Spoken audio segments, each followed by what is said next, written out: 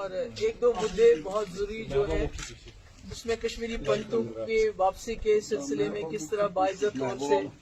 और महफूज तरीके से वो वापसी की पीडीपी का हमेशा ये रहा है कि पॉलिटिकल प्रोसेस होना चाहिए जो मिलिट्री इंटरवेंशन से या मिलिटेंट की बंदूक से जम्मू कश्मीर के जो हालात हैं जो हम चाहते हैं कि एक पीस कंप्लीट नहीं है। इसलिए आज हम गवर्नर साहब से गए थे क्योंकि ये खाली मेरे ख्याल में सरकार की जिम्मेवारी नहीं है, इसमें हम लोगों की पॉलिटिकल पार्टीज और लोगों की भी जिम्मेवारी है।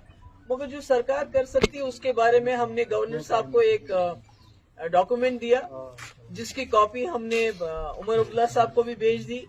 और होम मिनिस्टर अमित शाह साहब को भी भेज दी एक कॉपी। उसमें 3 बड़े मुद्दे हैं। जैसे कि आप जानते हैं 2020 जो पार्लियामेंट की से मिनिस्ट्री ऑफ होम अफेयर से रिपोर्ट आई थी उसमें 64,951 कश्मीरी पंडित फैमिलीज इस वक्त जम्मू कश्मीर से बाहर हैं। करना चाहिए अगर 2 कमरे 3 कमरे वो बनाए, ये जरूरी नहीं कि वो रातों रात कश्मीर आ जाएंगे, मगर गर्मियों में आना शुरू करेंगे बच्चों को लेके दूसरा तीसरा लेके, तो मुझे लगता है ये हो सकता है। इसमें डिस्ट्रिक्ट्स में अगर लोग जाएंगे तो वहाँ हमारे जो मुस्लिम भाई है आपस में इंटरेक्शन होगा। और सबसे अहम बात यह है कि जो नॉमिनेशन रखा है इन्होंने कश्मीरी पंडित्स का, तो हमने गवर्नर साहब से रिक्वेस्ट की कि आप इनको बताइए गवर्नमेंट ऑफ इंडिया को कि नॉमिनेशन के बजाय उनकी रिजर्वेशन होनी चाहिए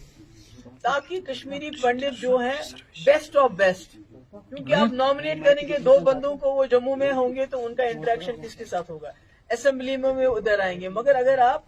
यहाँ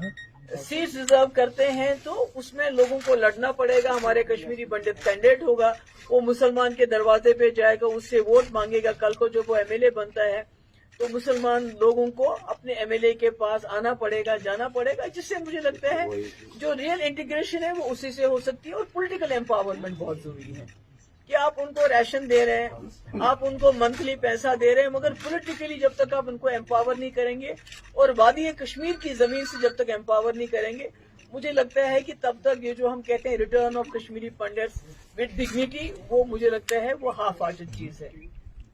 इसके अलावा यात्रा को लेके, अमरनाथ यात्रा को लेके बातें हुई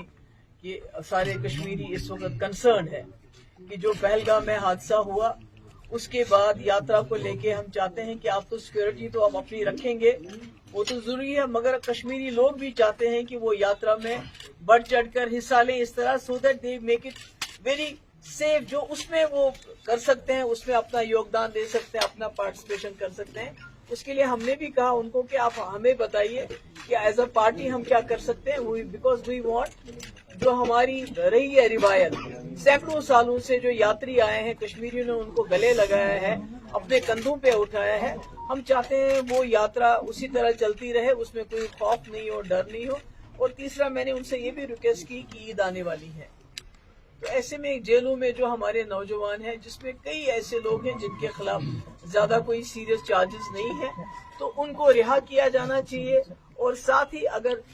जो बाहर की जेलों में उनको यहाँ कश्मीर शिफ्ट किया जाए तो यहाँ के लोगों को, उनके माँ बाप को उनके साथ मिलने में आसानी हो जाएगी। तो यही हमने कुछ बातें कही उनसे, बिकॉज हम,